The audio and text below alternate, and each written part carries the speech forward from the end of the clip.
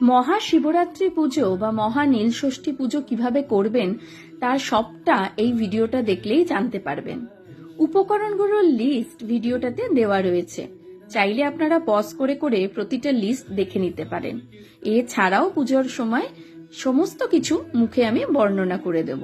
সর্বপ্রথম একটি নতুন মাটির প্রদীপ জ্বালিয়ে নিতে হবে ঘি দিয়ে, তারপরে ধূপ জ্বালিয়ে নিতে হবে। ধূপ দ্বীপ জ্বালানোর পরে তৈরি করে নিতে হবে বাবাকে স্নানের আগে যেটা মাখানো হবে সেটা, মানে ঘি, মধু ও ভস্য ভালো করে বাবাকে মাখিয়ে নিতে হবে।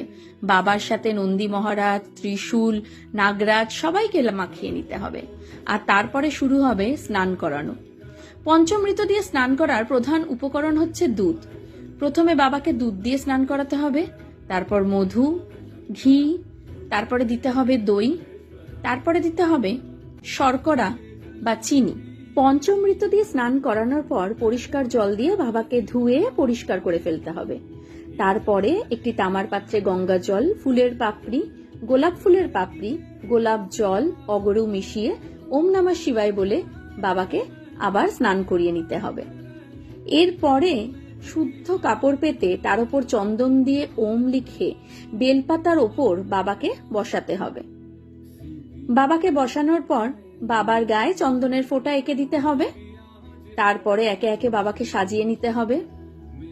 সর্প, ত্রিশূল, নন্দী মহারাজ সবার গায়ে চন্দনের ফোঁটা দিয়ে দিতে হবে। এরপরে দিয়ে দিতে হবে পৈতে, তারপর দিতে হবে আকন্দ ফুলের মালা, তারপর নীলকণ্ঠ ফুলের মালা।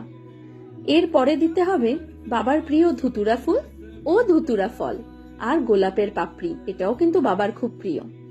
এরপর সচন্দন বেলপাতা যে জটা পারেন 3টে, 21টা, 108টা ওম নমঃ শিবায় বলে বলে বাবার মাথায় দিয়ে দেবেন। বাবার সাদা ফুল খুব পছন্দ, তাই মাথায় অবশ্যই তারপরে সাদা ফুল দেবেন। কলকে ও গাঁজা বাবার পাশে দিতে ভুলবেন না। মনোবাঞ্ছা লিখে একটি হরিতকিতে দিয়ে দেবেন। আতপ চাল, পঞ্চশস্য, তিল, সিদ্ধি বাবাতে দিয়ে দেবেন।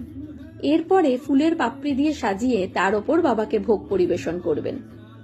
এরপরে 5 রকম ফল বাবার মাথায় ছুঁইয়ে দেবেন। ভোগ দেওয়ার পরে কর্পূর জ্বালিয়ে মনোবাঞ্ছা বাবাকে জানাবেন। এরপর সেই ঘিয়ের প্রদীপ ও ধূপ দিয়ে বাবার আরতি করে নেবেন।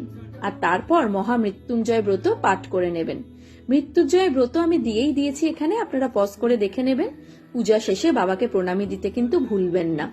সবাই ভালো থাকবেন। ওম নমঃ শিবায়।